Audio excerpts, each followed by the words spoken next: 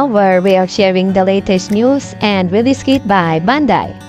And first we have Cosmo Special Mobile Suit Gundam Unicorn Rulula RE with the price tag of 11,177 yen and 71.61 US.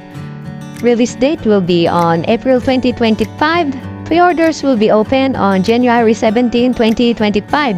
So, Complete Special Mobile Suit Gundam, the Origin Musaikai Das Flash Valkyrie RE with the price tag of 11,063 yen and 78.88 US. Again, release date will be on April 2025. Pre-orders open will be on January 17, 2025. Produced by Bandai Namco Asia.